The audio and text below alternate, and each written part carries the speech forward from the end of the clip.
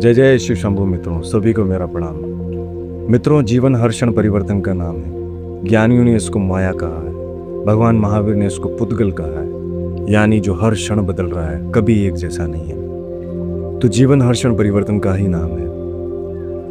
हम सब की अपनी अपनी इच्छाएं हैं, अपनी अपनी आकांक्षाएं हैं, और हम सब अपनी अपनी इच्छाओं के हिसाब से अलग अलग मार्ग पर चलते हैं। जैसी हमारी इच्छाएं वैसे ही हमारे मार्ग हैं। लेकिन एक प्रश्न है, क्या हम स्वयं को जानते हैं? पूछिए आप खुद से, क्या आप स्वयं को जानते हैं? क्या आपने कभी उस आंतरिक शांति को महसूस किया है?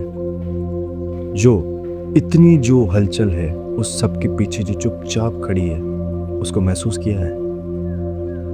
वही आपका होना है, वही आपका स्वयं है, वही आपकी असली सत्ता है जो आपके भीतर बैठा है। माया का अर्थ क्या है?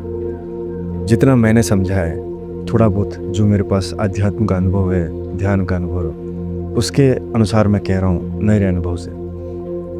माया मेरे हिसाब से मैं बताता हूँ क्या है। जैसे मैं हूँ इसलिए ये सब है, समझ रहे हैं आप? मैं हूँ इसलिए मेरे सामने अभी ये ड्रम भी है, ये माइक है, ये कैमरा है, आप मुझे देख रहे हैं, मैं हूँ। ठीक है ना? हूँ अभी मैं।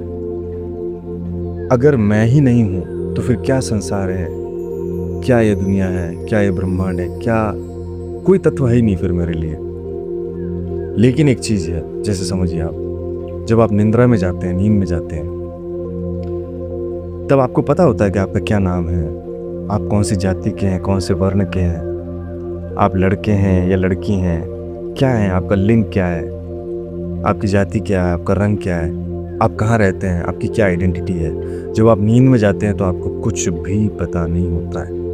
उस वक्त भले कोई आके आपकी गर्दन उतार दे, लेकिन आप जब उसमें निंद्रा के अंदर स्वप्न में जाते हैं तो स्वप्न कितने कितने ज़्यादा सत्य की तरह महसूस होते हैं। लगता है कि यही सत्य है, लेकिन जब सपना टूटता है तो फिर बाहर लगता है, अरे यार ये तो सपना था। तो ज्ञानियों ने इसको खुली आंख का सपना कहा है। ऐसा नहीं कि अभी जैसे मैं इस पानी में बैठा हूं तो मुझे इसकी ठंडक महसूस नहीं हो रही है।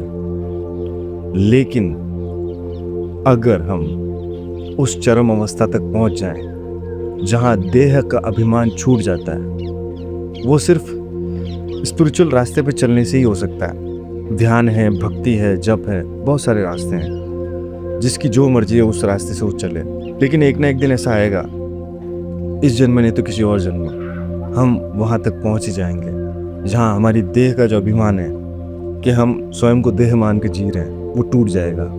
और उसके बाद ही माया का ये जो फंदा है, समझ रहे हैं आप, ये छूट जाएगा। ये संसार होते हुए भी हमारे लिए नहीं होगा। हम बस यहाँ हैं एक स्वप्न की भांति।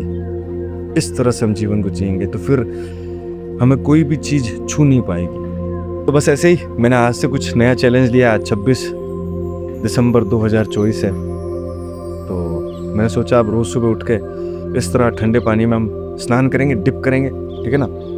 अभी टेम्परेचर बाहर का आपने देखा 6 या 7 डिग्री सेल्सियस हो रहा है। सूर्य तो अभी बाहर आया नहीं है। तो ये सीरीज़ मैं कंटिन्यू करूँगा, कोशिश करूँगा इसको मैं कंटिन्यू करूँ। अगर बीच में कोई समस्या आ गई तो वो बात अलग है, बाकी रोज़ वीडियो डालूँगा एक इस तरह का।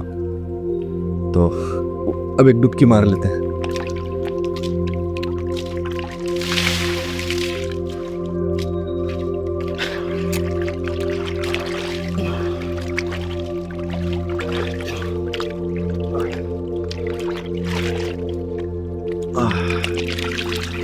ठंडे पानी से स्नान का एक फ़ायदा तो है कि आपका इम्यून सिस्टम बहुत मजबूत हो जाता है। हालांकि मैंने ये डायरेक्ट नहीं किया है क्योंकि मेरा पहला लंबा अनुभव है। मैं काफ़ी टाइम से ठंडे पानी से ही स्नान कर रहा हूँ, सालों हो गए मुझे। तो आप धीरे धीरे कर सकते हैं। हमारे शास्त्रों में एक सिद्धि बताई गई है, उसको कहते हैं तितिक्षा सिद्धि। उसका मतलब होता है सर्दी, गर्मी, भूख, प्यास, धूप, छाँव।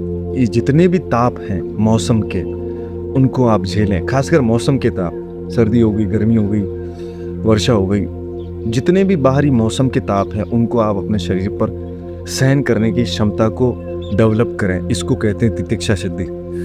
तो तितिक्षा सिद्धि का प्रयोग मैंने किया है। लगभग मैंने पिछले साल शुरू किया था अगस्त से लेकर मैं मार्च तक मैंने किया है, जिसमें सर्दियाँ थी तो मैंने उस दरमियान ये प्रयोग किया है। और मैंने अभी जो श्रावण निकला है उसमें मैंने भूख के ऊपर किया है, जिसमें मैंने 1 महीना अन्न का त्याग किया था, केवल फलाहार लिया था और दूध पे मैंने 1 महीने का प्रयोग किया था।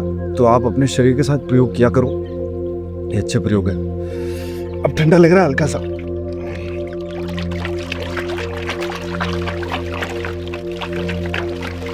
जय जय शिव शंभू, आपका दिन शुभ हो। ठीक है, मिलते हैं नेक्स्ट वीडियो में। जय जय शिव शंभू।